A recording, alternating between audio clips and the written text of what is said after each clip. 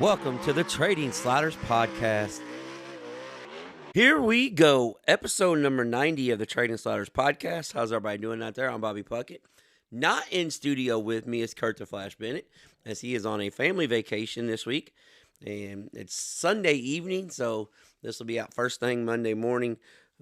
Late evening, been traveling on the road, made the 8.5-hour drive over to Natural Bridge Speedway there in Natural Bridge, Virginia. Just in between Lexington and Richmond, Virginia. So did a little bit of windshield time this weekend for the Save a Lot American All-Star Series. So when we get into our race trips, we'll discuss that. This week's guest, we've got a good one for you. The Old Racetrack segment is back. I've had people ask me about the Old Racetrack segment, and this guest has actually been requested by a few people. But it took a little bit to make happen just because of the way schedules lined out. But Joe Williamson, that's right, Joe Williamson Race Engines, Joe Williamson, Kentucky Motorsports Hall of Fame member, winner of NHRA, IHRA, AHRA National Champion, 7-time NHRA Division III National Champ. He won that 7 out of 10 years, ran second in 2 of those, an IHRA World Champion, a 2-time Gator National Champion, a 2-time Fall National Champion, 2-time Winter National Champion, 1986 Barren County Speedway Super Late Model Track Champion, a 2-time Pavement Super Late Model Track Champion at the Salem Speedway, former winner of the Halloween 200. The list goes on and on. One of the very best drag racers to ever come out of the Kentuckiana area, in the Drag Racing Hall of Fame, in the Kentucky Motorsports Hall of Fame. Transitioned into dirt racing. Raced dirt for many years, then transitioned to pavement racing. This is a fun, fascinating story about a guy that just willed his way to do it. I remember reading an article on him when I was growing up, and it said he never had the best equipment, but he always felt that he was the best driver, and it showed in his drag racing career. Really cool story. So let's start off by thanking our sponsors. This week's the show is being brought to you by Diesel Boys LLC. If you're in the Kentuckiana area and you've got any diesel truck work that you need, reach out to Brandon Hooker and Diesel Boys LLC. Our deep dive being brought to you by Kentucky Clutch and Performance. If you got any type of clutch work that you need done for any application, small car, big truck, race car, whatever it is, Kentucky Clutch and Performance can get you taken care of. Our slider of the week being brought to you by Walt at Speed Decals. If you need any vinyl work done, race cars, company trucks, our good buddy JT, he wraps some of his cooking stuff. So whatever you need, if you got an idea, if you think, hey, this would look neat wrapped in this, just reach out to Walt. He will get you taken care of. Our crash of the week being brought to you by D.O. Handyman Remodeling. If you're in the Kentuckiana area and you need any type of handyman work around the house, reach out to David. He can get you covered. He'll do anything from fixing decks, fixing windows, doing trim in the house, to hardwood floors, to remodeling bathrooms, whatever it takes. Reach out to David at 812-989-5002. Our racetrack spotlight being brought to you by JT's Trackside Catering. Thought Jeremy was going to have an off weekend this weekend, but he made his way up to Brownstown Speedway. But if you need any catering done for any type of event, it could be a wedding, it could be a racetrack event. He prefers it to be a racetrack event, but it can be anything. Reach out to Jeremy Thomas. He can get you taken care of. Graduation parties, birthday parties, for as few as 5 people to up to 200 people. He can get you taken care of at JT's Trackside Catering. Our fan question of the week being brought to you by Bandit Race Cars. If you need any shock work done, Brian Barber is a Fox Shock representative. He will get you taken care of. He can build shocks for any type race car there is. Sprint car, he can do it. Mini sprint, he can do it. Street stock, he's got you covered. So reach out to Brian Barber, and he will get you taken care of. Our Pound the Cushion segment that comes out every Tuesday/Wednesday, depending on how the schedule looks like, is brought to you by RacingDirt.com. If you're into streaming, reach out to Trenton Berry and RacingDirt.com. Our past guest segment being brought to you by HCC Lawn Care. if you're in the Louisville area and you need lawn care done, shrubs, bushes, any type of landscape whatsoever, mulch, flower beds, he can get you taken care of. So reach out to Ben Harmon and HCC Lawn Care. And Whitaker Trucking is our top dog of the week. Whitaker Trucking top dog of the week. If you need any type of stuff hauled, they haul any type of application, gravel, dirt, topsoil. But reach out to Whitaker Trucking for all your trucking needs. All right, got that done. Like I said, flying solo this week, but we're still going to go and do the regular show. News of the week. Weather affected the Summer Nationals. Actually have the Summer Nationals on the TV right now, looking at it, dead center TV.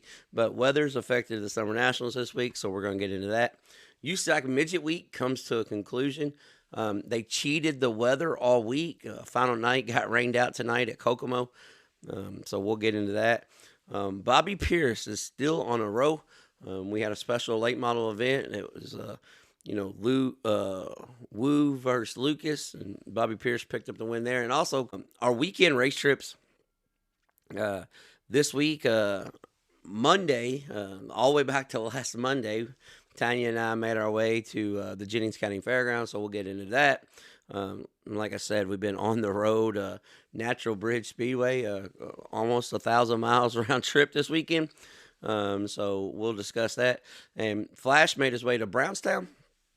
So I've got a little bit of coverage from Brownstown that Flash gave to me, and our fan question of the week. So we've got plenty to get into.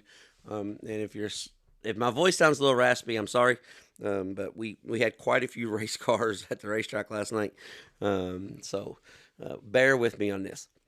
First, I want to start off and tell everybody we have started transitioning into a little bit of video content for the people that follow along on my Facebook or on the Trading Sliders Facebook pages, the Instagram page, the Twitter page. You could tell, even some stuff's been uploaded to YouTube.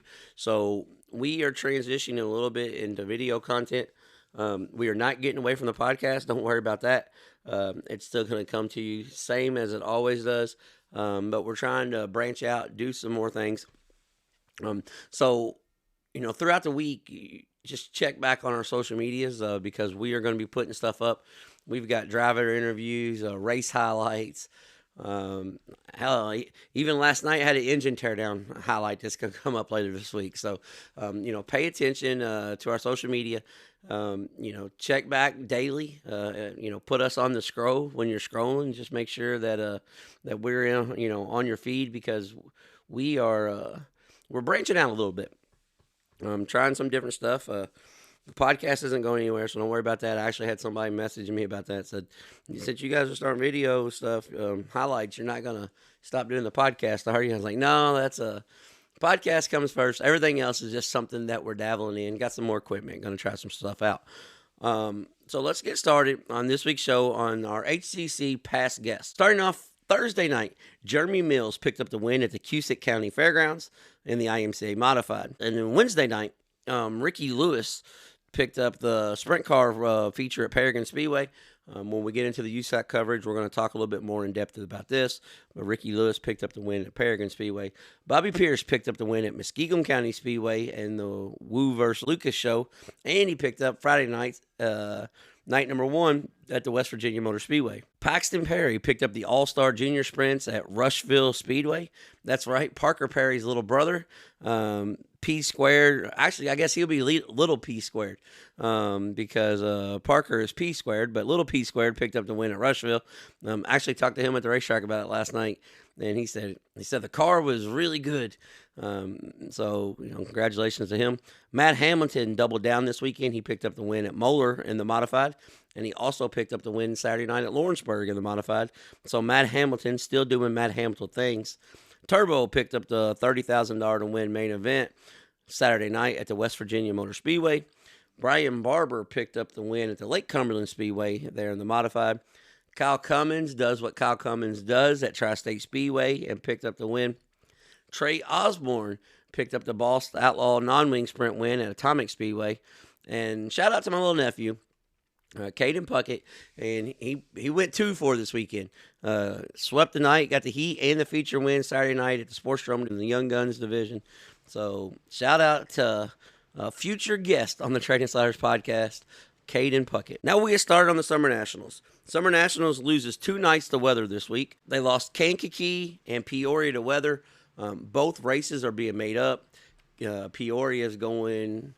I think Peoria gets made up actually, in like a week in 1 day. I think it's on a Monday, not this Monday, but a week from tomorrow. Peoria gets made up. So they didn't lose races. We had one off day, and that off day got canceled because that's where Kankakee went, and then Peoria replaced a track that got off the schedule. Basically kind of like what Coles County did. So starting off Summer Nationals at the Brownstown Bull Ring, and Shannon Babb took the win. Night number 1 of the Summer Nationals.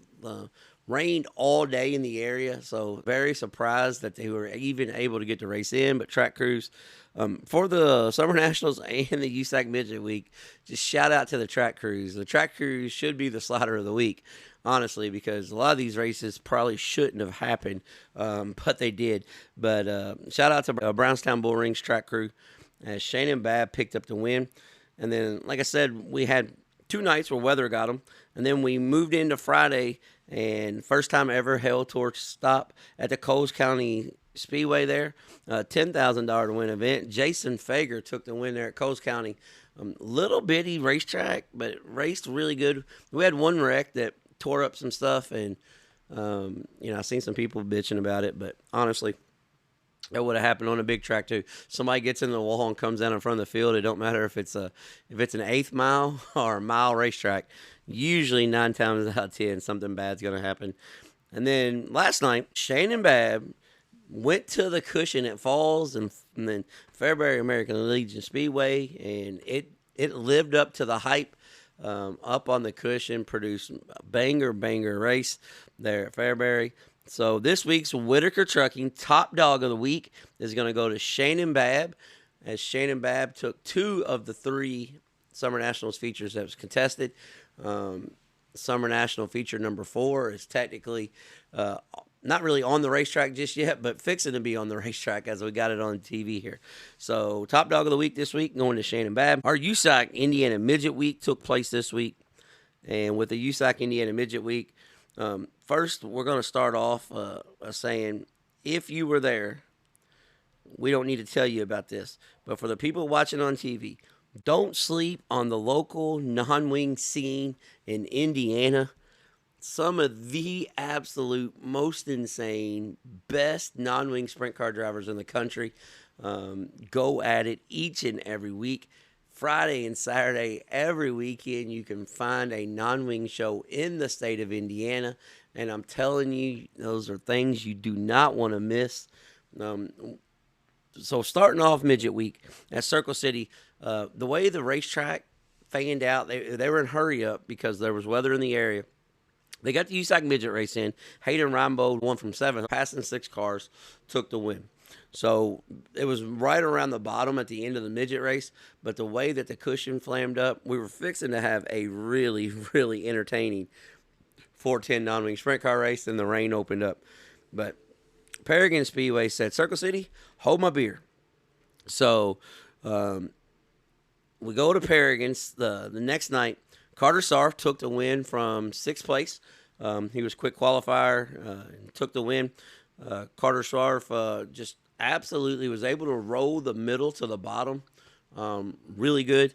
And in this race, Gunnar Setzer led for a while. Was hoping Gunnar Setzer was able to pull him one off. But it was good seeing Gunnar Setzer, which is a former guest, and former guest Jacob Boxwell. Up at Boxwell actually traded the lead with Sarf 3 or 4 times. And I thought Boxwell was going to be really good on the top, but he just got over the cushion one time. And that's all Carter Sarf needed, and Carter Sarf went on to the win. But the race of the week, now everything that went on this week, the race of the week came in the non-wing sprint car race at Paragon Speedway. Ricky Lewis and Jaden Rogers absolutely went at it. Back and forth, trading sliders, absolute great race. course, the ending on as they got the white flag, Rogers goes down and slides Lewis. And then Lewis turns back under him. And as Lewis drives down the backstretch, he gets into Rogers. Or Rogers actually got more into Lewis than Lewis got into Rogers. But it broke Jaden Rogers' front end. Lewis goes on to win. Rogers goes to the infield. Rogers is rightfully upset. And I know all the shit that Ricky Lewis catches because he races hard. He goes at it. He is a stand on the gas guy. I'm going to defend him on this one. I don't think this one was his fault. There's been plenty of them that have been his fault. And you don't get the benefit of the doubt a lot of times, if you have a history. But this here was simply just a racing deal. But our speed decal slider of the week is going to Ricky Lewis. Jaden Rogers probably ain't going to be happy about this. But it's going to Ricky Lewis. They're out of Camarillo, California, for an outstanding 410 non-wing sprint car race at Barren Speedway. And then Thursday night, we head to the Lincoln Park Speedway, and it was all Justin Grant. Grant started on the pole and absolutely ran away with it. It wasn't a snooze fest by any means. They were racing all over the track behind him, but some nights you just have them covered, and Justin Grant took the win there.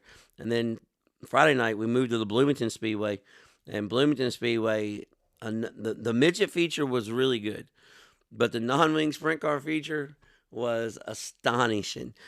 Let's start off with the midget feature. Logan Seavey started fourth, worked his way around the bottom in 1 and 2, where everybody else was kind of floating to the middle. So Seavey worked around the bottom.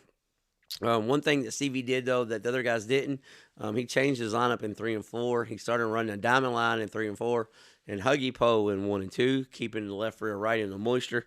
And Sutter, California's Logan Seavey took the win.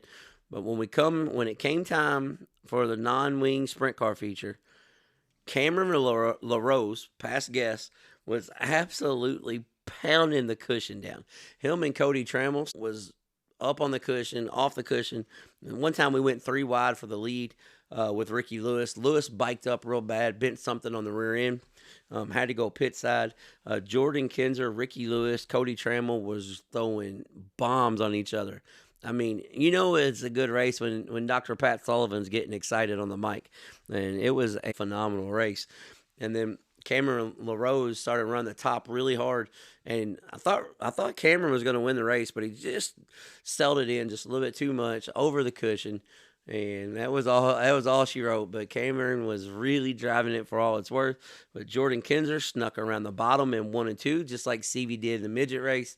And your sprint car feature winner that night was Jordan Kinzer. And then we go to Saturday night, which ends up being the final night of USAC Indiana Midget Week, with Kokomo getting rained out tonight. And Justin Grant did what Justin Grant did earlier in the week. He took the win.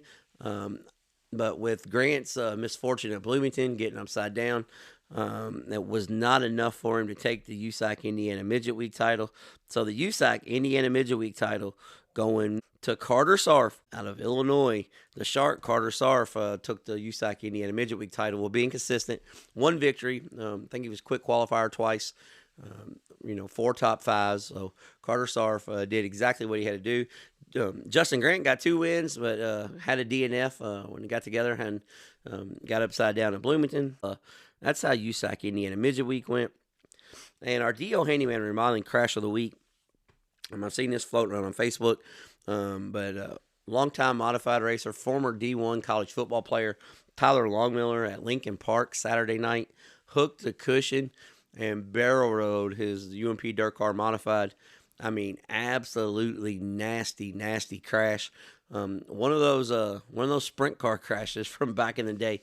And this is a big kid. So this week's crash of the week is going to Tyler Longmiller. If you can, reach out, buy some shirts, look him up on Facebook. He's okay, but the car is not, so they can use just a little bit of help. And then we get into this weekend's race trips. Like I said, Flash is on vacation, but he went to Brownstown Speedway last night. Flash did an interview with a third running Brad Kemp there, so check that out. I've shared that out on all of our social media. on the Trading Sliders stuff on my personal page. Kurt shared it out on his personal page. So, like I said, we're trying to do a little bit more content stuff. So, trying to show you who these guys are that you get to hear every week. But yeah, so check that out. But Kurt said that I have to give this in the Brownstown race report. He said, number one, Brownstown was slick. And it was Brownstown of the old. It was slick. They ran a tight ship and they got the races done. But everybody that follows along with us knows that we said Brownstown needs one thing to make it better. And Kurt said there's only one other way you can make Brownstown better, and we're not even going to mention the wall this time. But that's to have JT Trackside catering the event. Jeremy Thomas flashed some food because he was up there catering for another local guy, Chuck Barnes, who made his pro late model debut. I think he ran third in his heat race and was having a good run going the feature. And he learned that you can't drive in 3 and 4 real hard because you will go over the banking when it gets tiptoe slick. And went to the tail. I think he worked his way back to 9th. So shout out to Chuck Barnes Jr. for making his debut there in the pro late model. But Jeremy Thomas was up there hanging out with them, catering for their race team. And Flash came over and got him some food and said, hey, that's the only thing that would make Brownstown better. If they're not going to put the wall up, at least have JT there feeding everybody every week. So Monday night, Tanya and I made our way to the Jennings County Fairgrounds. They're in North Vernon, Indiana. One of 2 tracks that I haven't been to in Indiana. The main reason why I haven't been here because they race go-karts on it. I'm going to say 8th mile, but it's tiny. It's a little racetrack, but man, it did produce. We had 18 TQ midgets, and Joey Paxton took the win in the TQ midget race. Started second, but former guest Parker Perry, who started third, ripped around the outside. Perry led for about 3 or 4 laps, then Paxton got by. And then when Paxton caught Perry, they raced for a few laps, but Perry said, he just left the door open, and when he did, Paxton went in there, and you can't do that to the top dog in the All-Star TQ Midget Series. But overall, really good race. That is one of the things that we got some content up already. So on my Facebook, go back and look. It says All-Star TQ Midgets, and then we've got a couple interviews. We got an interview with both first and second place after the race, and we got highlights of the midget feature up on the Trading Sliders podcast Facebook page and my personal page. So check that out. It's one of the things we're talking about, getting into newer content and do some stuff like that. And then last night, Tanya and I, we made our trip to Natural Bridge Speedway. First time I've been there in 20 years. I think, 18 years if we're going to be technical. I think it was 18 years was the last time I was there. First off, the Amanda and them that have the racetrack have done a phenomenal job. The facility it's one of the most beautiful facilities you'll see. You got the drag strip up behind you, and then you have the dirt track there in the center. Inside the dirt track, they've got a go-kart track. Speaking of content, there was a mini wedge race, which is basically cage karts with like late model bodies on them. Young kids making their first ever start. I'm going to put it up this week. And when I do, we need to share this thing out. We have the mini wedge, the last lap, and I'm just going to tell you, it's the damnedest thing you've ever seen. The leader and first place car crash coming to the line. All right. The third place car got spooked and lifted, and the car running fourth, who was nowhere near around them, beat them to the line on the last lap. It is a crazy race. So I'm gonna get that posted this week. I got a bunch of content stuff that I'm gonna get up this week because like I said last week I was just a little bit behind on everything because I've recorded so much stuff. And let's just say I'm no video editor yet. That's for sure. So we made our way to Natural Bridge. Racetrack is beautiful. It was so hot that they've put as much water on it as they possibly could without flooding the racetrack. But it was just so hot, so packed in that it started slicking it off early in the night. I mean, we qualified, and it was like Brownstown slick when we qualified for everybody in the area. So, but which is okay. Because you can't have them hammer down on the fence every night. Sometimes you gotta roll the bottom and hit your marks and keep it straight. That's what's so beautiful about this sport. You can go 2 racetracks back-to-back nights and get 2 different track services. So Zach Size, he went for the clean sweep. Quick qualifier, won heat race number one. Had to start on the outside for the redraw. So he didn't start on the pole, but he ripped the top in 1 and 2, got down to the bottom. And, for the Bridge 59, $10,000 to win. There was 38 cars on tap, but there was only one that came there for business, and that was Knoxville, Tennessee, Zach Seiss. And we have some content with him this week, so we'll get it up. I know we had to tear the motor. Well, hold on, not we. I didn't pull no motor out. I didn't do no work. Let me rephrase that. But they had to pull the motor out, tear the motor down. They did a pump and everything, and then they took it to the dyno. And I think the video just went up a few hours ago that it passed the dyno, so it's good on that. Pending tire samples. Once tire samples come back from the lab, and then we'll have a conclusive winner. But I'm just going to assume everything's okay, just as we seen it at the racetrack last night. And Zach Seiss took the win over Tyler Bear. Tyler Bear started started sixth and ended up running fourth. Was trying everything he could, just didn't have quite enough. And Sean Walker, who started on the pole, dropped back to third. Walker had his car, he just couldn't come off the bottom, where Seiss and Bear could kind of roll the middle when they caught lap cars. Walker couldn't. His car, like he said in the Victory Lane interview, on the podium interview, I mean, I had what I had, and that's all I had. So overall, it's a good trip. Wish the racetrack wouldn't cleaned off as much as it did, but that happens sometimes.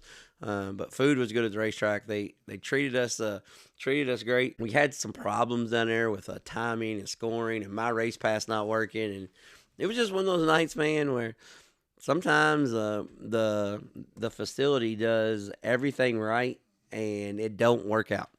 That was one of those nights. I mean, they were doing everything in their power, but we just had some technical difficulties. Kind of got a late start, but like I said, Mama said there'd be days like that sometimes. But overall, really good trip. Beautiful drive through West Virginia and Virginia. So had a good time, and looking forward to going back because the facility was awesome. Nicest press box I've ever been in. Nice, clean, everything that you needed, food-wise, drink-wise. Air conditioning was working on a super, super hot day. Central heating and air, super nice. Bathroom upstairs. Overall, man, the facility was awesome. The race wasn't that great, but that just happens sometimes. But the facility itself, man, it was awesome.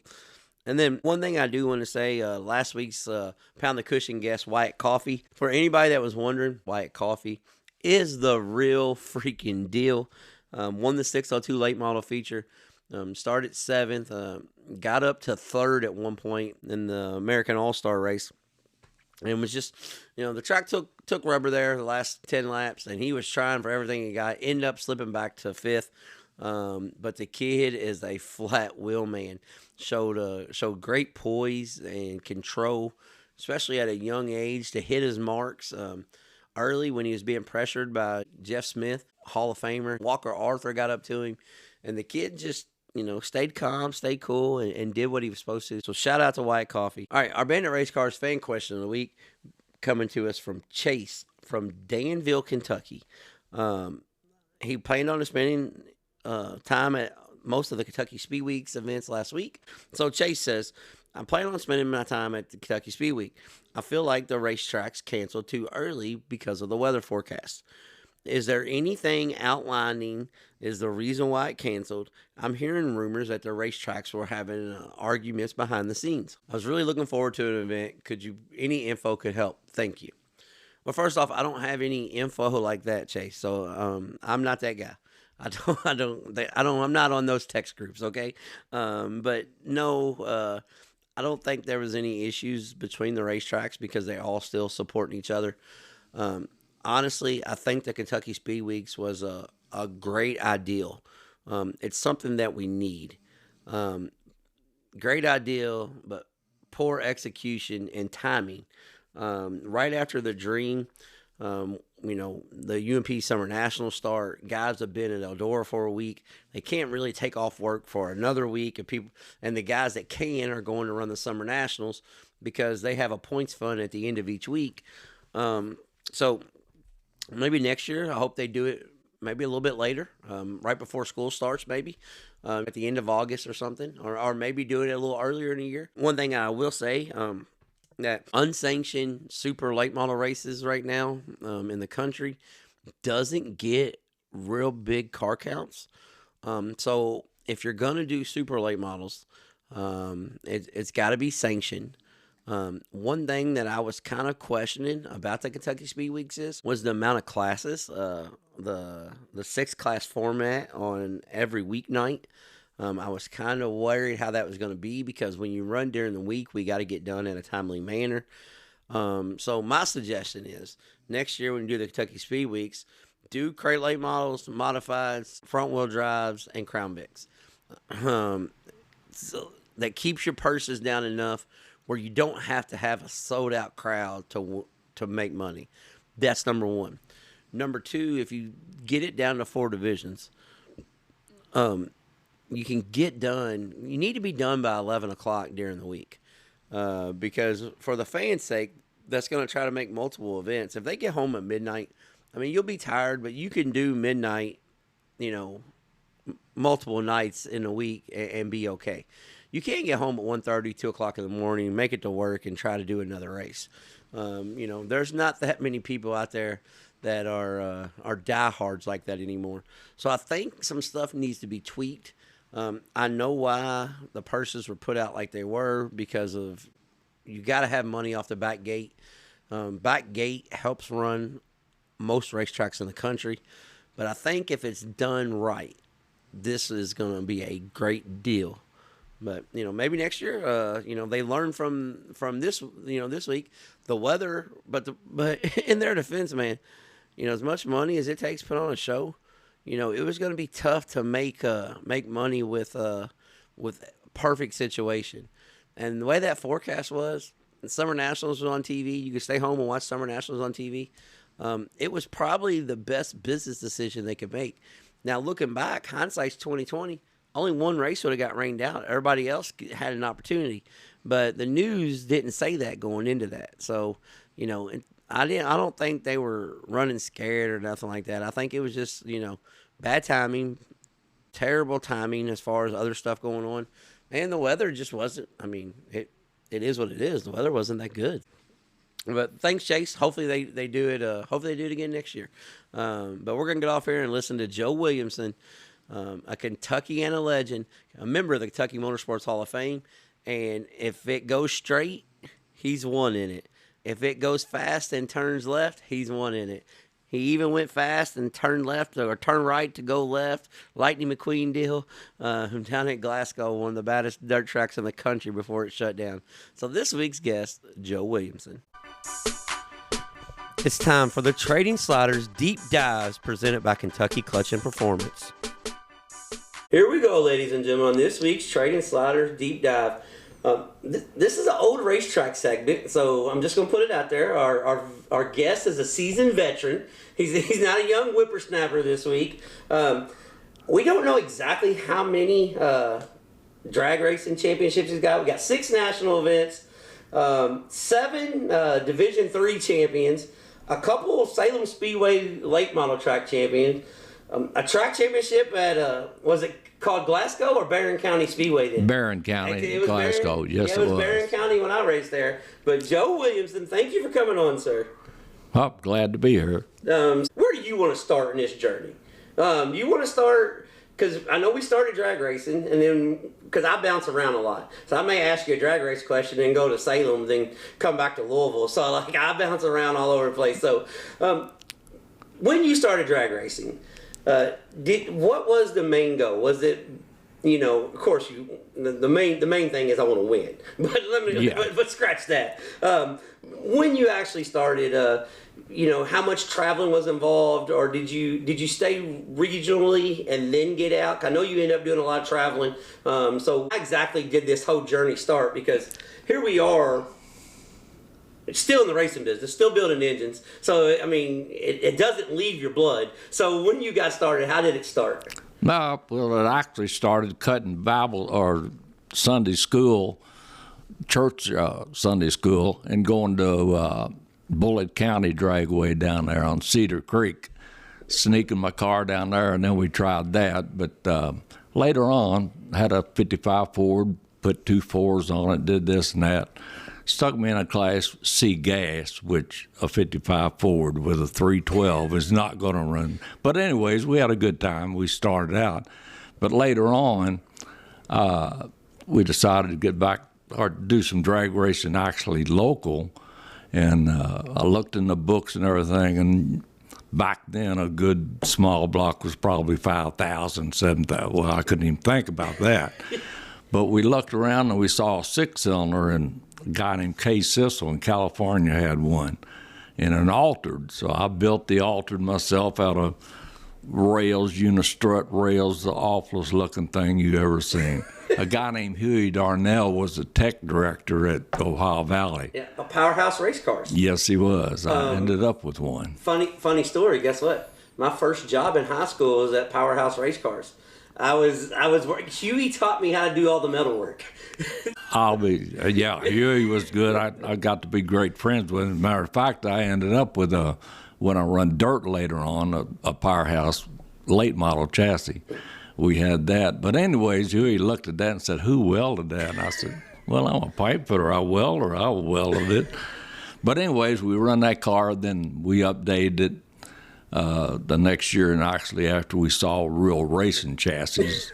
You're like, damn, I need to do some work on this. Yeah, well, I thought the rear end should be a stock Ford wide rear end in a 23T altered, and it wasn't. I put the frame rails right on the spring pad straight forward. We ended up trying to set the body on it. It had running boards. It was wider than the body, but that was building the first car, and then later on we saw good race cars, and we built a pretty nice car and updated it from years on with the 292 Chevy starting out, and then we had the Ford. It was a Ford 6-cylinder with a 351 in Cleveland head, cut in 6 pieces, put on that. I built the Hilburn fuel injection for it, and ended up running 840s with it, 157, but that was later. Yeah, well, here's the thing. You won 6 national events.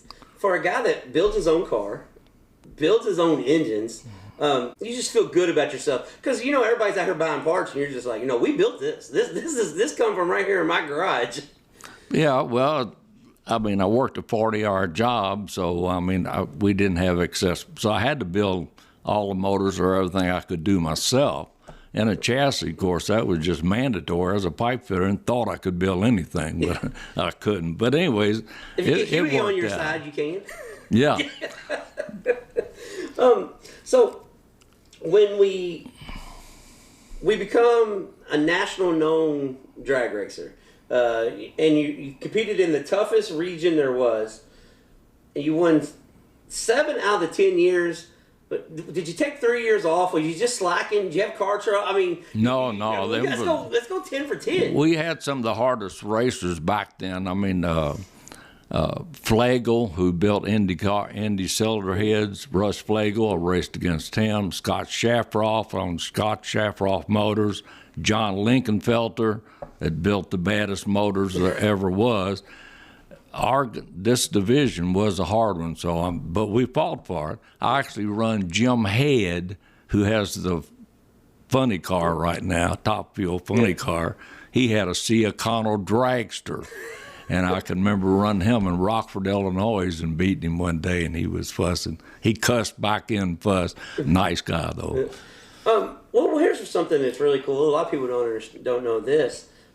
Your son Joey, he's a pretty decent drag racer himself. He kind of really surprised you and bought your old car back, didn't he? Yeah, that was odd. That was last year. The altered I sold it to a guy named Jones in Cincinnati Brothers, and they kept it 30 years. But the one brother died, and anyways, they messed around. They called Joey, said, "Hey, I think I got your dad's old car. would you want it? And Joey called me and said, I don't think I can buy an old car. I said, don't buy that old. I said, that thing's 50 years old. And I welded on it. Yeah, man, it was settling welded. But anyways, that's another story. And but he bought it, and it had a crate motor in it, but I had a little 383 here we put in it, and he run it last year and won a $5,000 race at Hardinsburg on a Friday night last year, starting out. My same suspension. I told him, let's look at it and see if it's original.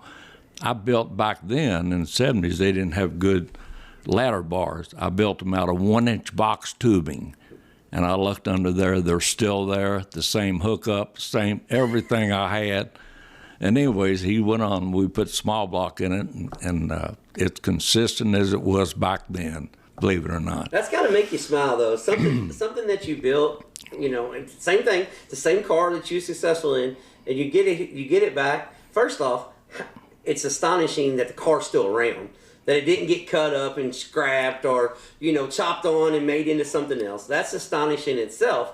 But when you get it back and you look and you're like, this is the exact same thing. I mean, that's gotta you're just like living in a time warp. It's like, are you serious? Exactly. Joey, for this past winter, Joey went on brushing it with a newer type steering box. I had a Carver steering box cut off at the end and turned over to make my steering box back then. That's on a 23T Roadster. But he got the proper one. He updated it a little bit, just made things a little smoother. But anyways, Chuck Bohannon, we knew Charlie Bohannon, their dad, real well, that raced forever. But he found out Joey was buying that. He said, if you buy that, I'll paint it like your dad had it. And he painted flames. We had it in the car show. Won first place, thank you. Yeah. But anyway. Not that he's bragging. Yeah, not bragging. I can't hardly reach back and pat my back. But anyways, he did a beautiful paint job, candy apple red flames. It looks identical to the 70s. So the car is still kicking ass. So, he's not bragging at all, but the car's doing what it's always done. It's winning. It's winning car show competitions. It's winning races. Yeah. It's just something he built 50 years ago, back when you could see, back when you could hear. So how do you transition? Was it dirt first, then pavement, or pavement, then dirt? Dirt. It was. Then why? Hold on a second. I guess you had to go to Louisville when Louisville opened. Is that why you left the dirt? Because I don't know how any person in their right mind could race dirt and then go run pavement. Yeah, well, we got to racing. We was going national events. We was going to Seattle, Washington. Got rained out 2 weeks. Had to stay there over 3 weeks, and we traveled all over the United States and very successful. Had good races. IHRA, AHRA, and NH. Won lots of. I won a world championship 1 year for IHRA. Forgot to tell you that, but that's another story. We'll write that down. Well, see, it's funny when you win a world championship, a national championship, and he says, I forgot to tell you about that. Well, that was 71, so that's just a couple years ago. It sort of slipped my mind. You've had a few nights of rest since then. Yes, we have. So that's funny. So with all that traveling, first off, how hard is it on the family? Because I travel a lot. I'm fortunate enough my wife travels with me. And you still got a motorhome out here, so you're still beating up and down the road. But how hard is it traveling, racing, and working? Because I know the answer to this. I did this. Yeah. But you still got to ask it. 40-hour job, staying in a Suburban Inn a lot of nights. That's what we pull with an old Suburban. But we traveled a lot and kept a 40-hour job. I'm telling you, going to a national event and having to take off Friday because you had to qualify Friday and run Saturday and Sunday. But that's how we did it. But anyways, we got it all in national events, and we'd have a few weeks in between races. So I happened to go to Charleston when it was dirt and went over there, and the Pink Panther, I don't know if y'all know this guy, is what they called him. But anyways, I bought a 66 Chevelle just to run weekends I wasn't running. Yeah, my off weekends, because I had nothing else going on. Anyways, built a 350 for that and put it in a 66 Chevelle and run dirt. Charleston was dirt. Solely altered in 6 months. That was it. Yeah, I was done. I was done. Then we went sportsman cars, and then later on, like say Huey, we did a powerhouse chassis and run. That was like 82, and then like say 86. So you and Duck were teammates then, huh? Yes, no, not really. He was a raver, man. He was all raver. Yeah. Funny story about that. So when Huey built Duck a car. Huey did build Duck one car, and he took it to Glasgow, and my dad was down there racing, and Huey comes over and goes, Puck, you take this thing out, Duck's running late, and my dad's like, no, I'm not going to take it out. I mean, brand new car. Duck gets there, and he misses qualifying, so he's got to start on tail the heat because, Duck is on his own time. He just shows up when he shows up. He goes down the backstretch, and the set screw came out of the rack, and he turned into the wall, flipped it. My dad said, I am so glad I did not get in that new car. He said, Duck would have killed me. I was at Glasgow a night when Duck run down the backstretch and the throttle hung or something, and he went straight over the wall into the pits and everything. Yeah. Turned off. That was a show. My first time at Glasgow, so once they put the wall up, they had a big opening in the middle of the backstretch. I mean, you could get 10 haulers in there. So we get there, and I told my dad, I said, let's pull in over here. So we pull in to the left, and it's like right across from that opening. So we get there, and it's right at hot lap time. So the late models are pulling on the track. So I'm in the front, and I'm taking the boom off the car. So I boom the car off. I take the boom off, and I hear this motor, wah! And he got hit, and he turned through the opening. He came in sideways and hit the trailer and hit my car. While my dad like dove to the left, and he hit the car, and I'm like, damn. And my dad goes, you want to just boom this thing back on down? That was my very first time I was going to race Glasgow. I said, I like this place here. Wow. It was so funny though. My dad's like, let's just boom this thing back on down and call it a night. So you transition to dirt racing, and then you're done with drag racing. It's how when you. So you're so used to going straight, and timing, and hand-eye coordination is real big. But when you switch to dirt racing, everything you learn in drag racing, you got to do the exact opposite of it. It does no good whatsoever. So was it an easy transition, or was it just something you was having so much fun at? Then you was it was the hard. Goodyear sponsored me with tires, so I had a garage full roof of 14-inch by 32. Slicks. Yeah. So I stuck them on the back of that, didn't know anything about, a little stagger. I was fast down the straightaway, but I could not turn. I'm telling you. It's like, yeah, he's definitely a drag racer. Had two old McLaren's Quarry tires on the front that had tread, had these 14-inch slicks on the rear with no stagger. It was awful. It was awful the first year or so. But was it one of those things where it was so bad that you was like, I'm determined to get good at this? Yeah. Or is it one of those things like, this is so much fun, no stress, we'll just, hope we get better? Well, it was drive time. It was all about drive. We did all them years drag racing. I mean, 5 seconds, 10 seconds, boom, it's over. Red light, oops, it's over, go home, and don't talk all the way home. But everything.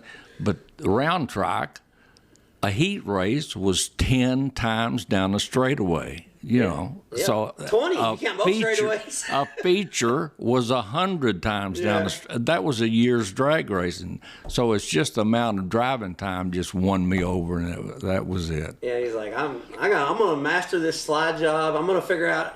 Did you start grooving your slicks to get a little tread? We did. We saw the guys doing the grooves and cutting. We started cutting out, and then later on, I found out about stagger, and that helped a ton. It's like, well, he does damn good going straight, but we're tired of him running into us in the corner. Let's learn him up a little bit. Over him. Oh, it was. Well, we've all put up with rookie racers. But a rookie drag racer coming out trying to round track was really rough. Yeah, these Petro's like, you're telling me this guy won a national championship? He can't even make there. He can't make it through 3 and 4. could not make it around turns. But like I say, caught up with them and finally got going and was reasonable. Well, I'd say he's reasonable. You won a track championship at one of the toughest racetracks in the country at Barren County Speedway, so we'll take reasonable. We'll take that. But I'll tell you what, my neighbors, they have to give it to neighbors, and you've been through this running dirt. Yeah. I washed yellow mud in their yard next door, out on the street. Every weekend was a mud bath. And that's what finally turned in the open Louisville Motor Speedway. Well, I started running Charleston when it went asphalt, and I started switching, got sportsman car and then late models. And it was clean. Yeah, well, it was just cleaner. Yeah, when you come home from Louisville, you're like, well, I guess we'll wipe the car down. Yeah. Because at Louisville, it was state of the art. Everything was clean. The pits was clean. I mean, you go to the Sports Drome in Charlestown, the racetrack was cleaner, but the pits was not. I mean, especially the Drome. The Drome back in the 70s and 80s, like when guys bitch about the Sports Drome now, I say, you guys are at the Taj Mahal. It's nice over there now. Go race at the Sports Drome in the 80s. I mean, I remember, my dad pitting in mud hole. Like, I would lose 6 inches of height trying to change the tires because the hose would be so big. It was different back then. We raced. Joey first started racing sportsman cars and stuff. Well, he raced dirt. I had a sportsman car for him. He would run the B feature, and I'd try to run the A. He got decent at that. You ever go down and run Burnside and Ponderosa? Yes, run Burnside and Ponderosa. Yeah. We went to a lot of them. Went to Brownstown, tried the World 100 one time, which is a mistake for a normal guy. But we tried to qualify. I went to an Oktoberfest race they had there, and I did make the race. And but we traveled a little bit, but mainly stayed around close. Well, Eldora is something else, isn't it? It's something else. Oh, wow. That was a whole different world. Yeah, But Brownstown, tried Brownstown a few times, but that's a different world of racers from Glasgow and Burnside. And, of course, they're all good racers down there, but up there was the top class. Well, here's the thing, and a lot of people don't understand this. Kentucky, there's really good competition, don't get me wrong, but especially in the 80s. Petro and them and Rayburn would come to Glasgow and Ponderosa, and you'd get Terry English, and then the Carriers would come up. But when you go to Brownstown and you got John Gill, Jim Curry, Petro's in his own backyard. I mean, just so many people, all the Gotzies. I mean, you get all those guys. They get 60 cars on a Saturday night at Brownstown. The fastest 20s racing tonight, guys. It's like, are you serious? That was a good story when you mentioned Jim Curry. We raced at Scottsburg one night on Friday nights. And I was there, and I was a 5th or 6th place finisher. Could just get around the track and finish, hopefully. Anyways, Jim Curry and Heavy Brooks. I don't know if anybody. Yeah. Heavy walked up, and I knew Heavy real well. He said, "What are you doing?" I said, "Oh, car ain't exactly right, and doing this and that." He said, "Well, Jim's here out of a ride. Let him take a lap. Maybe he can tell you what's going on."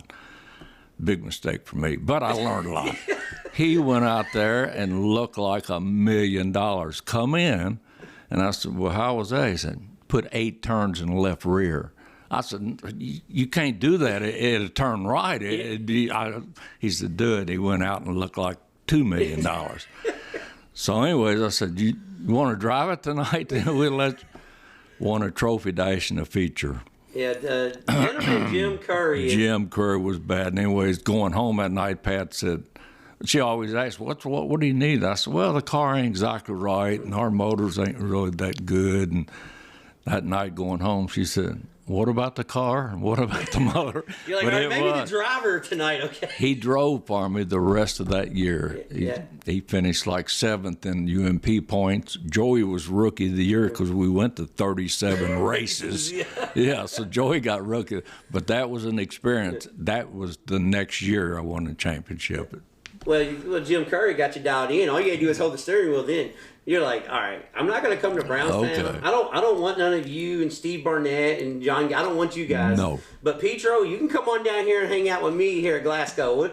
We'll fight you down here. Every once in a while. Yeah, but we don't need you coming every week. Stay up at Brownstown. Yeah, that's funny. And then you transition to pavement sportsman, and you go to pavement late model racing, and so you win 2 track championships on the pavement, which is fascinating.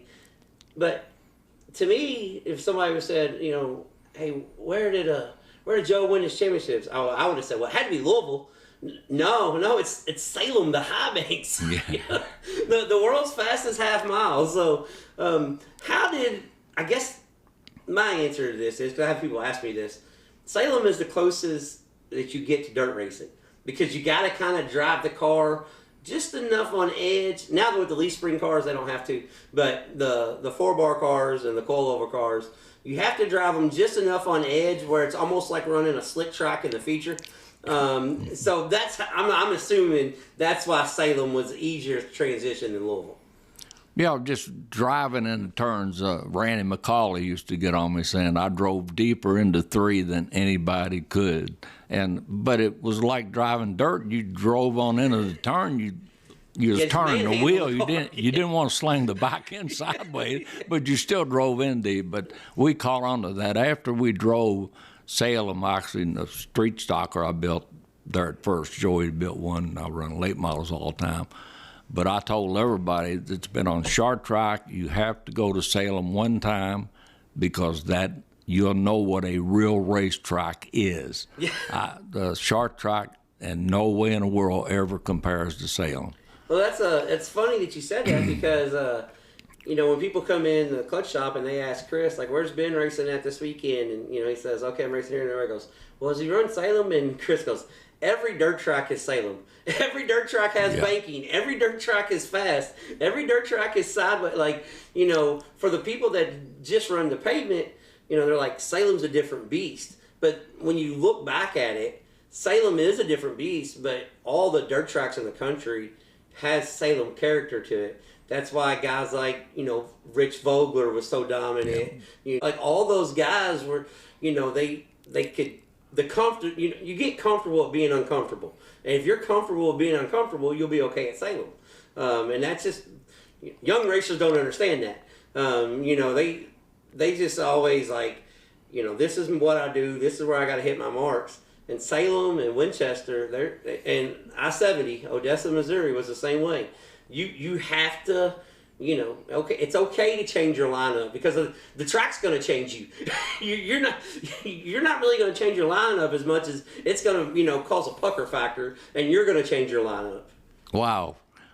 Thinking about Salem, 7 years ago, I was 76 years old, and Matt Stice couldn't drive his car, and I was kidding. I'd like to drive Salem one more time. 76, I had Billy Harris, Kevin Gardner, all of us was over 70. And I run the Halloween 200. I run 140 laps of it before I did get wrecked, but I got back out there and finished. Well, that's all that matters. Got back out, but we was actually on the lead lap at 140, and had a great time. I ain't got to do it since. I left 83 now. I'd love to try it one more time, but I'm not going to. Well, so I was going to ask you, you ever had they are building those Fords now. I mean, you could. Pat's probably going to kill us, but you could play a little bit if you wanted to. Wow, I'll tell you what, the Ford started out good, but they have got so sophisticated. I went over to some of the guys' garages. They're changing nozzles, injectors, and all. Yeah, you don't want that old injector. Yeah. These new injectors. They're changing stuff. I don't even know what it is. Yeah, you had to build a 351 for yours, old Windsor. Yeah.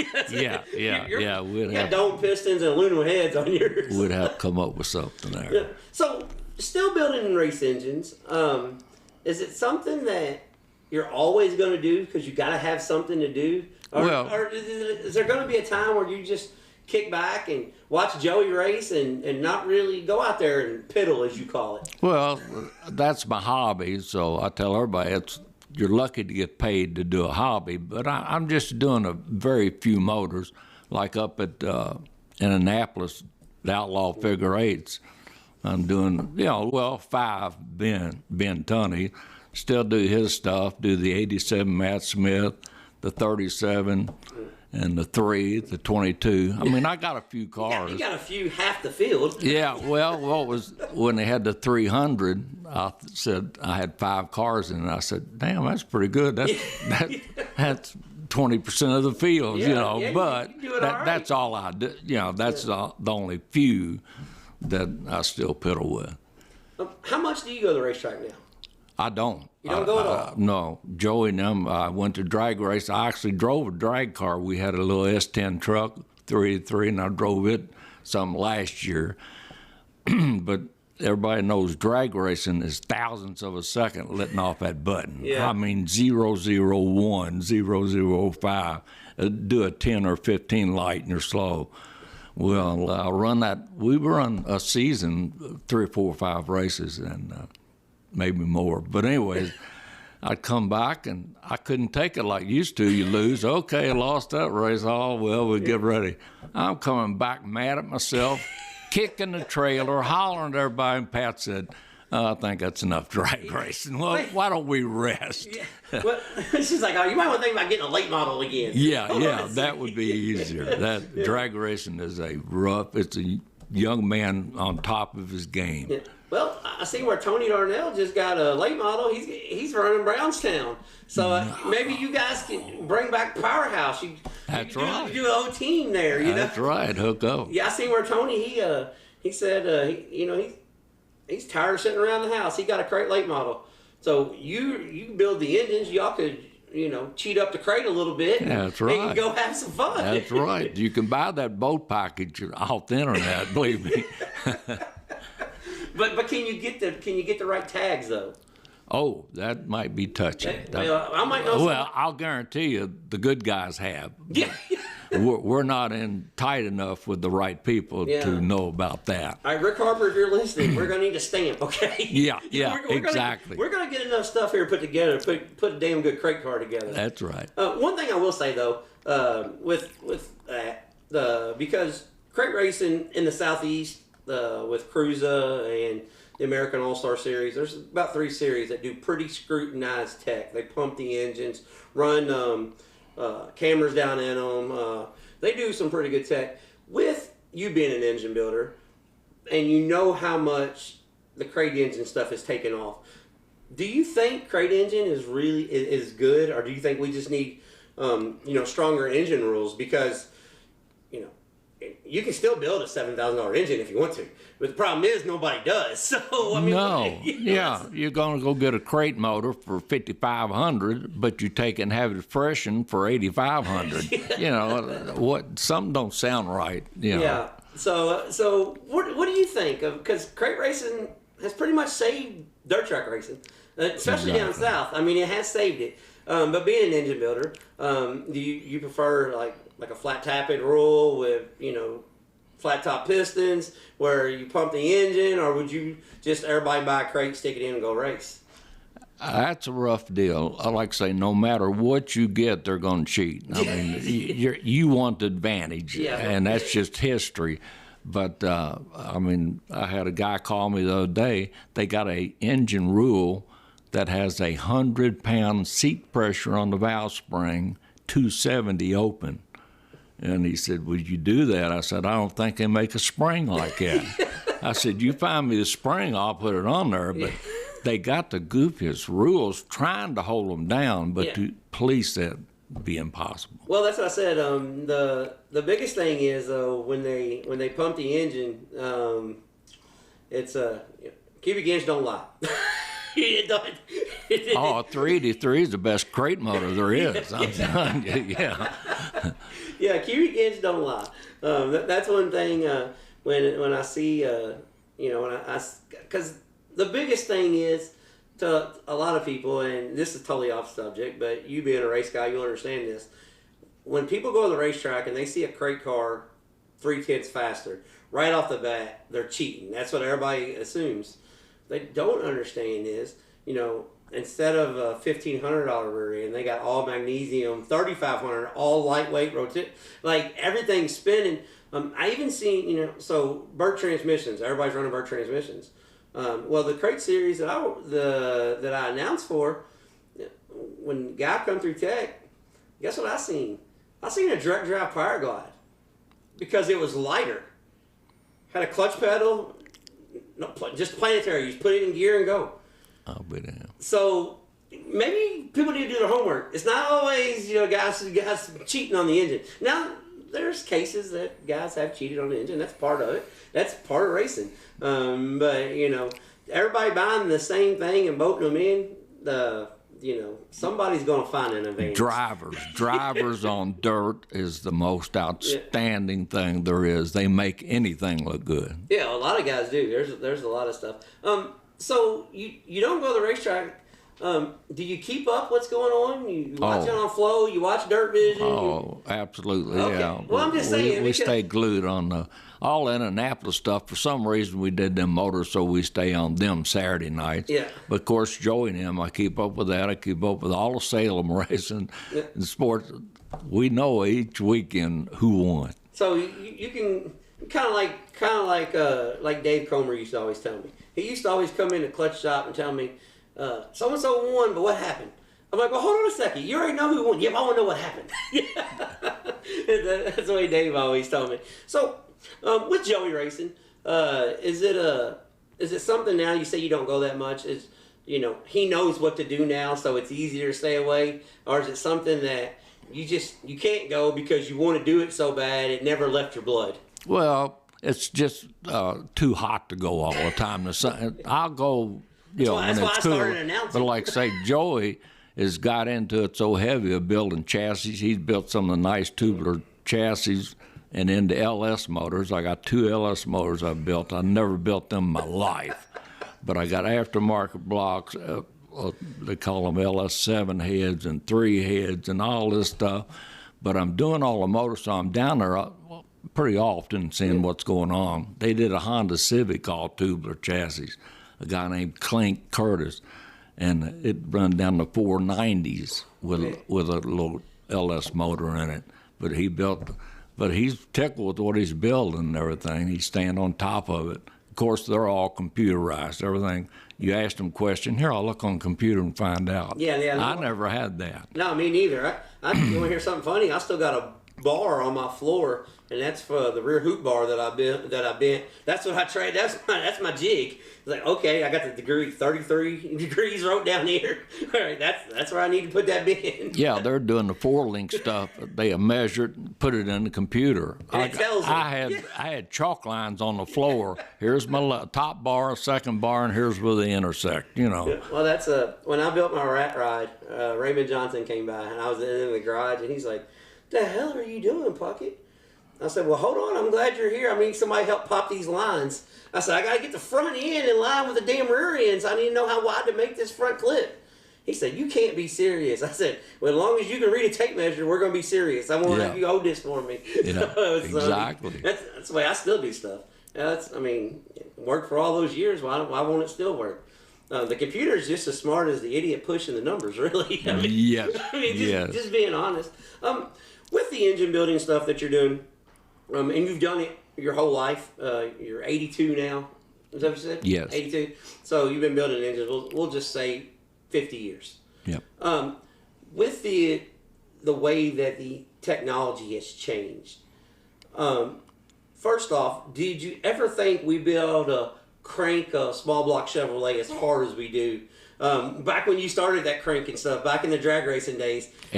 8,000, 8,500 was max. Yeah, but now if you got an oval car and you're turning 8,000, you're getting lapped. Yeah. So did you ever think that the industry would progress like it has? Well, them Cosworth blocks, and they're the ones Dickens does, and all them guys turns 10,000 RPM. And some of the guys in the B Street Roasters, A Street Roasters, all them guys have got. That's a whole different block than we run.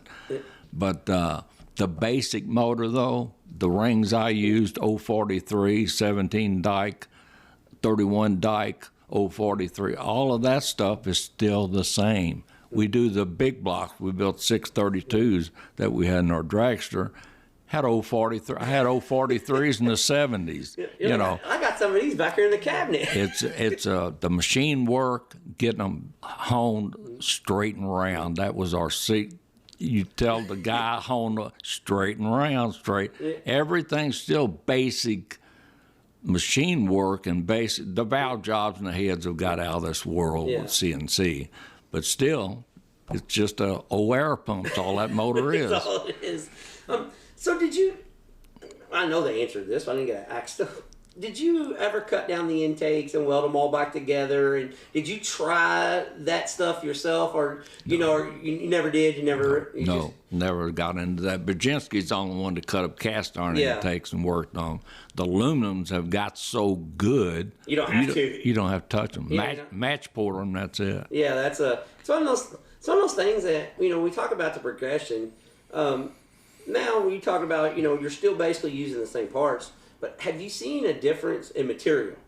Because like a lot of times it's not as good. Yeah. So a lot of times, I've got old pistons in my cabinet at home that I would probably put in a new engine. If I was going to build a new engine, I've got some old Corrales.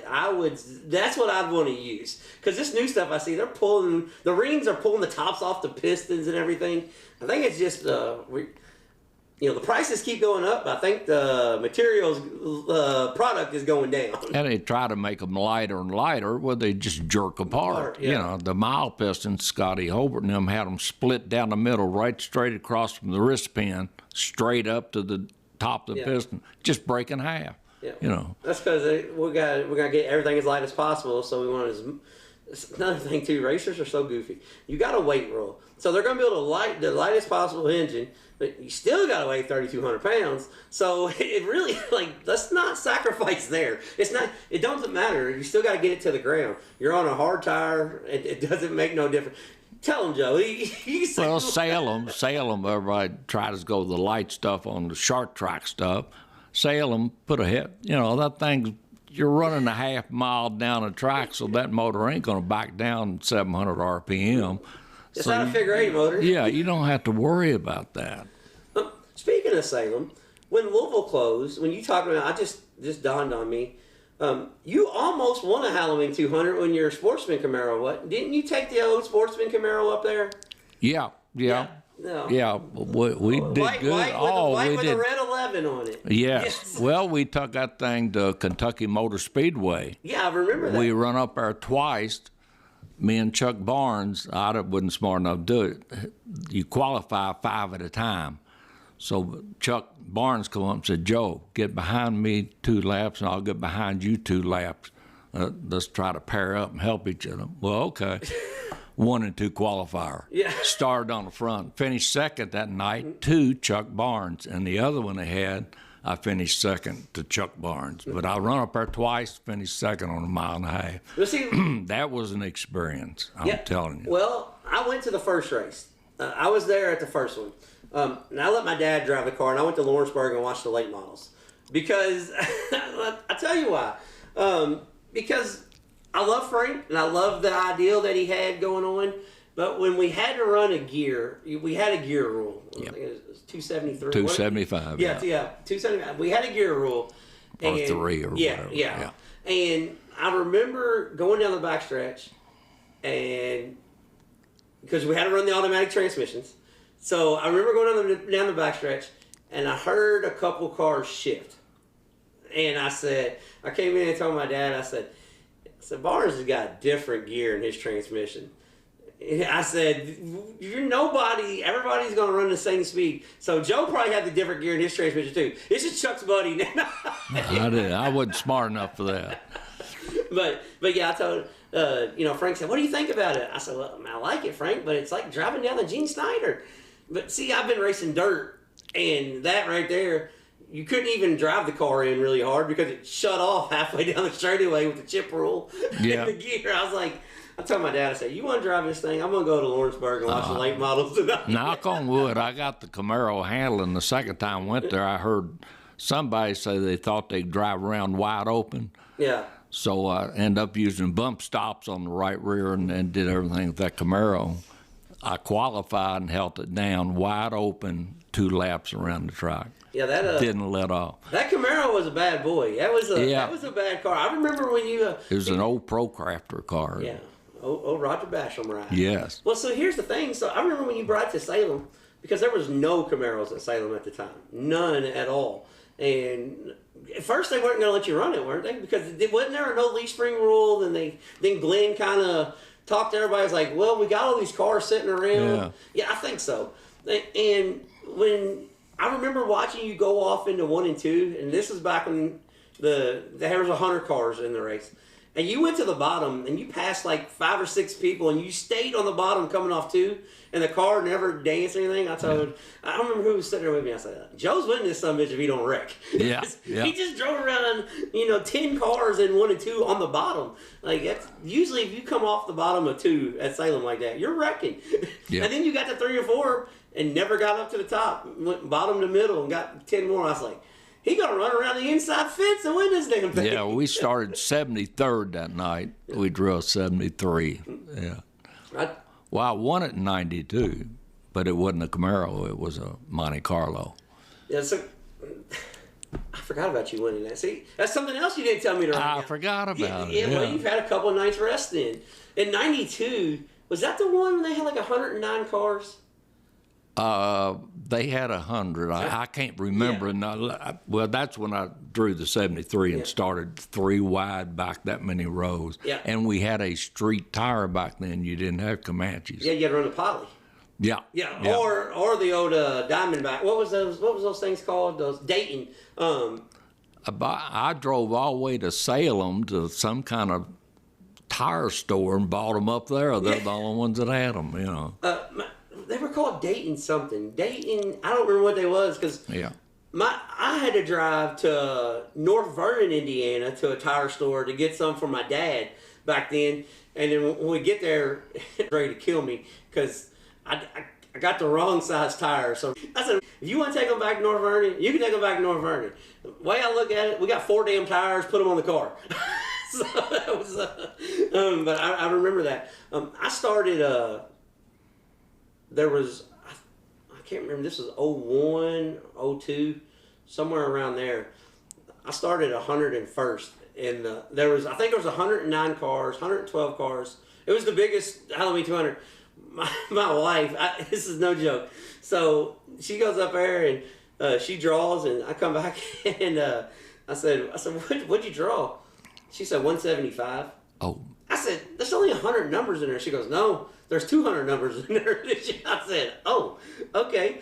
So they do the lineup on the front stretch. They got the lineup board, and I was dead last. But when we went green, like 4 or 5 guys decided they was going to drop to the back before we went green. So I didn't start dead last, but I was rolling out I was in the middle of going in turn. I wasn't even going in turn 3 yet. And the cars were lined up on the front stretch. So I was, that's the race where I just kept pulling down. Every time we have a caution, I would get about 10 cars until I was the caution. We would go green down the backstretch, and I'd pull the inside wall and pass as many as I could and slide up in front of them. And Ronnie Toole from the Sportsdrome had the same idea about the middle of going in 3. He pulled out. When I pulled out, we both hit the inside wall wide open. He asked me, he said, what the hell was you doing? I said, same thing you was. Yep.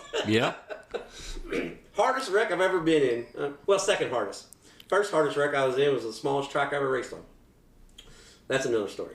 I went out of the ballpark at Thunder Valley Raceway, the little track at the fairgrounds. Back in the old rag joint days, I broke a rag joint on the steering column, and the car started going towards the wall, and I gassed it up so it would slide into the wall, and it bit, and I shot out of the racetrack, went into the trees. My dad said, "You're the only son of a bitch I've ever seen standing on the throttle going to the wall." Speaking of them, that's what wrecked me at Glasgow. Back then, Huey boxes and C.J. Rayburn cars had the Carver steering boxes in them, little aluminum steering box. Anyways, I had a rag coupler on there, and it didn't fit, and I forced it on and tacked it. That broke coming out of 4. That's when I climbed the wall, rolled the wall, and rolled upside down and slid on my arm.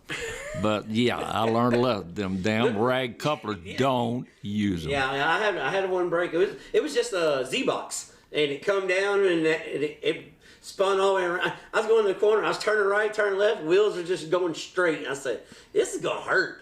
Then the wheel kind of hooked to the right. I guess I hit a rut, and I was going right at the wall. So my genius idea, I'm going to gas it up and slide into the wall. The only time the car bit in its life, I gassed it up and shot me straight out of the racetrack. So there's a little set of bleachers there. I swear I ran over some people because they scattered like ants. I was going towards the bleachers. So when they got to the car, they were asking me, "Are you okay?" And I'm like, "Is everybody else okay?" And they're like, "Are you okay?" So they thought I had a concussion. But I stopped against a tree, but I thought I was sitting against the bleachers. I didn't realize the tree stopped me.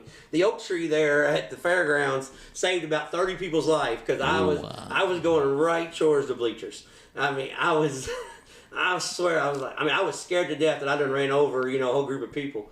And everybody's like, "You all right?" And I got out, and I was like, "Oh, shit, I still had 10 feet. We's good." Yeah, I'm okay. I'm okay. I'll fix it. So we went to the Kentucky Motorsports Hall of Fame. That's pretty cool. That was. And that was a while ago, wasn't it? Yes, I was like yes. 8 or 9, somewhere around there, 2008, 2009 maybe? Yeah, a long time ago. So you have to do a big speech up there, standing up in front of everybody? Yeah, I tried to, And we was honoree at the National Hot Rod things at Bowling Green. Yeah. I was an honorary inductee there. They gave me a Wally and everything. Oh, okay. When we went there. That was a couple years ago. As a matter of fact, Rick Irwin took the trophy down to Owensboro at the Hall of Fame. Yeah. He's got it in. He's got a little booth for me or something. Got that trophy in there. So another Wally. Yeah. Well, see the man right here, Bullitt County's bad boy, just all over. Go figure, huh? Who would have thought 80 years ago that we'd have all this success? Just playing with cars. Exactly, playing with cars. Just had to do something. Well, that's the same way I am. People ask me, "How do you just quit?" I said, "I'm so busy with the podcast and announcing now. I'm way busier than I ever was racing. Hell, racing would almost be easy again." Yeah. So I won't keep you all night. This has been fun, but we're almost an hour into this.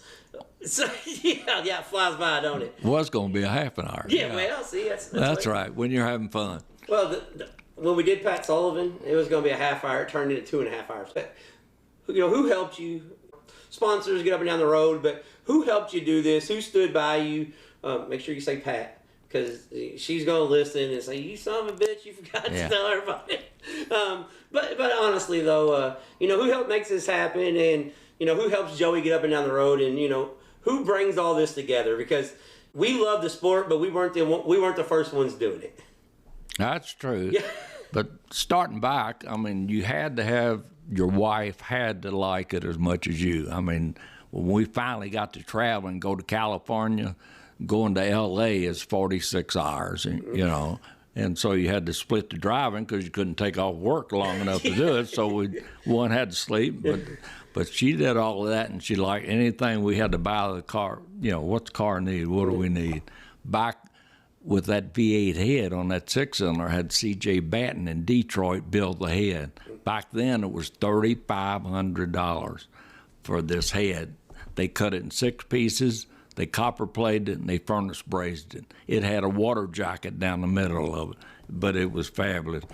But anyways, home improvement loan, put a new roof on the house, and that paid for that one. You gotta do what you gotta do sometimes. We had to work together to get it, but she kept things going. But back over the years, I had an old machine shop. Nobody knows about it now. Iroquois Auto Parts on Taylor's Boulevard. A guy named Ray Duval showed me how to port and this valve goes in here, and you want the air to go around here. And he did a lot of off-the-wall stuff, like he'd baldy glaze instead of hone. We did a lot, but Mike Cowan later on was at the races, and he started to help my engine program a ton back then. But he kept going. But anyways, over the years, Kroger's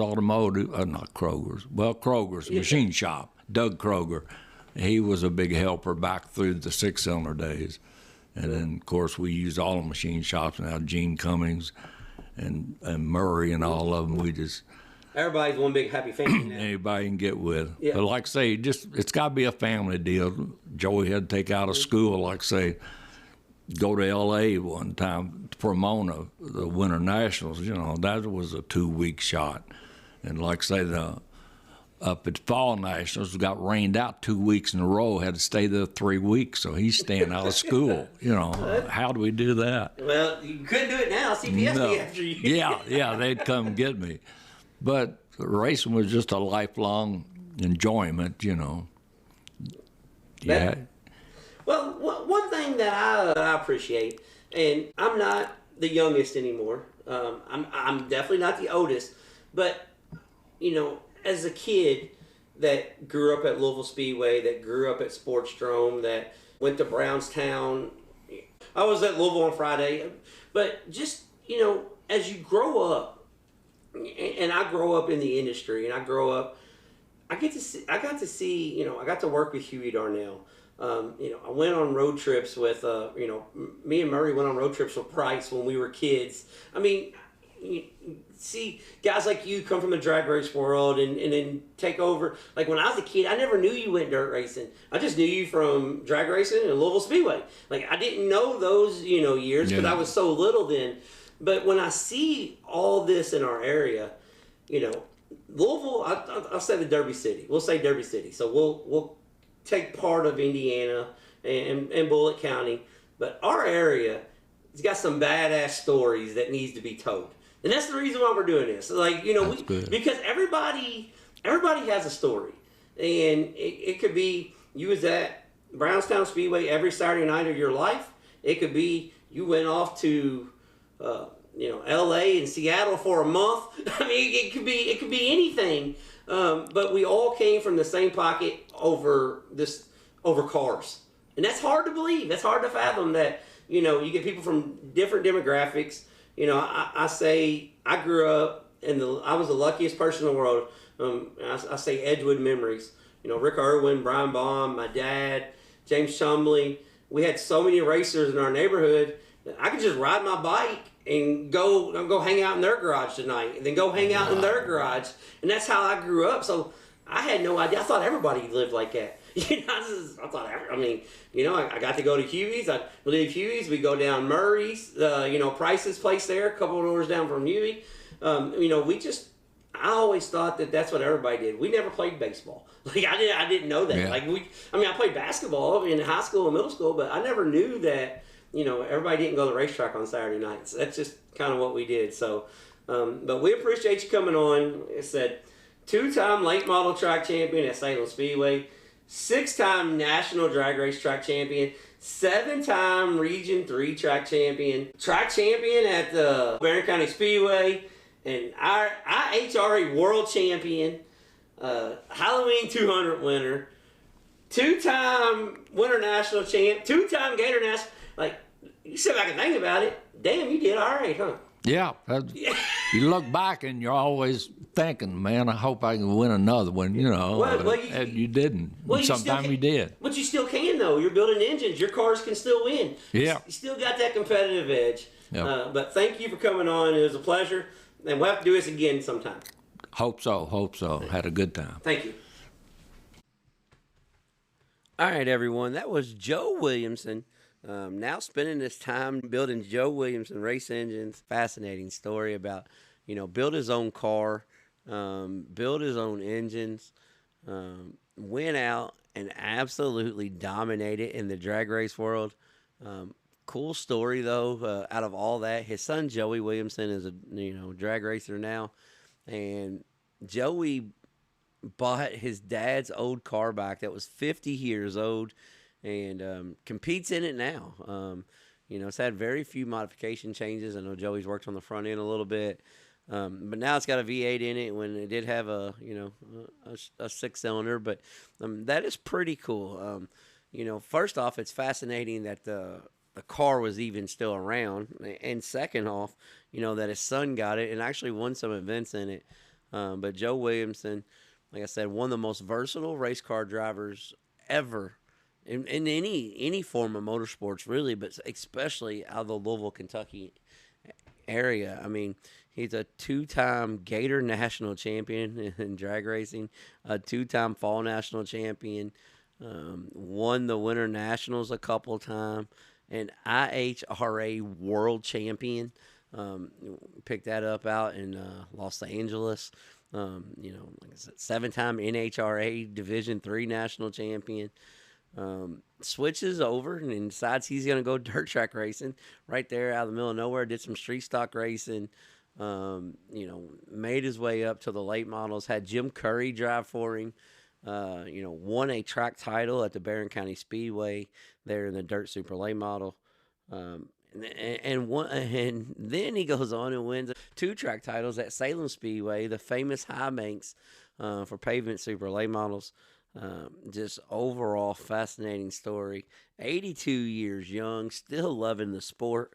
And one of the coolest things about all of it was just a few years back he went and ran the Halloween 200 again. So he was came out of retirement, and I kind of joked with him a little bit. Said, "Hey, we might be able to get you out of retirement again," and he said, "Absolutely not." But it's not out of the question. Trading Sliders podcast, I always say racers race, and Joe Williamson is the ultimate definition of a racer. Now it's time to get into this week's upcoming events. And we're going to start off with the racetrack spotlight. The racetrack spotlight being brought to you by JT's Trackside Catering. It's a little different this week. Next Sunday, that's right, Sunday. But next Sunday, the USAC Eastern Storm will conclude at Action Track USA. They're in Kuhnstown, Pennsylvania. If you're in the area, go check it out. But that's not why that's this week's Racetrack Spotlight. This week is the Racetrack Spotlight because they had a town meeting. Had some neighbors that were very upset with the racetrack, and there was thousands of emails and a petition was signed on behalf of the racetrack, and there was thousands of people that showed up at this town meeting and wanted to speak on behalf of the racetrack, and the town meeting got thrown out because they couldn't get everybody in, and the judge basically just said, "Hey, we hear your voice. We hear the community. We understand how important this is to the community."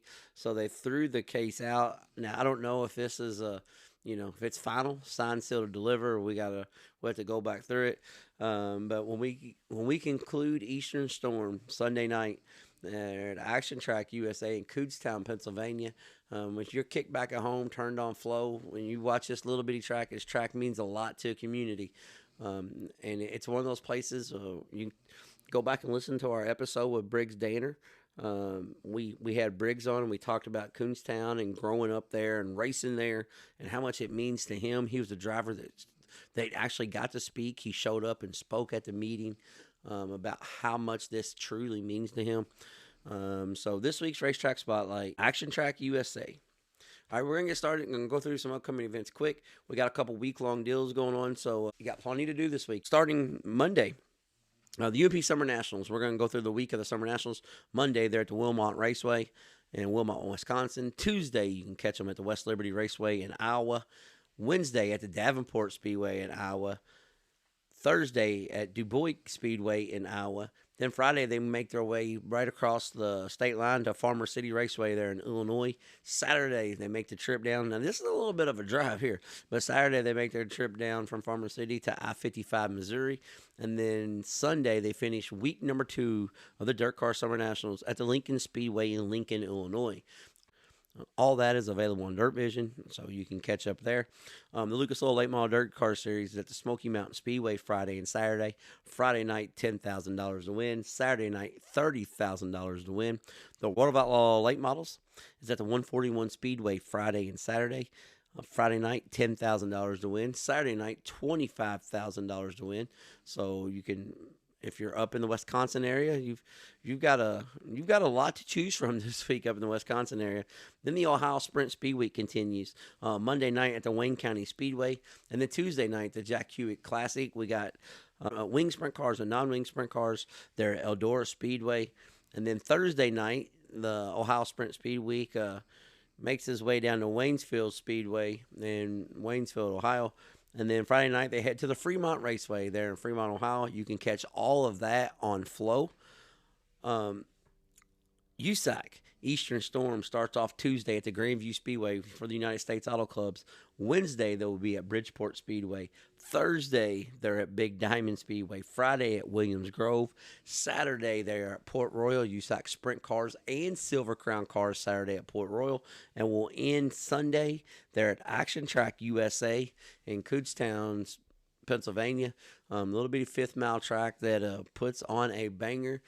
Kyle Cummins took the win last year in an absolute phenomenal race, so looking forward to that.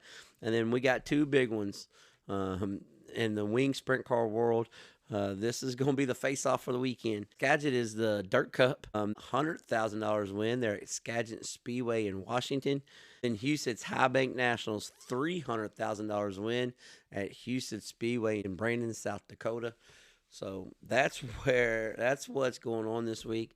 There's a ton of racing going on. All the local shows, grassroots shows are out there. You can get out to an event if you want to this week, as our past guest racer and Richie said.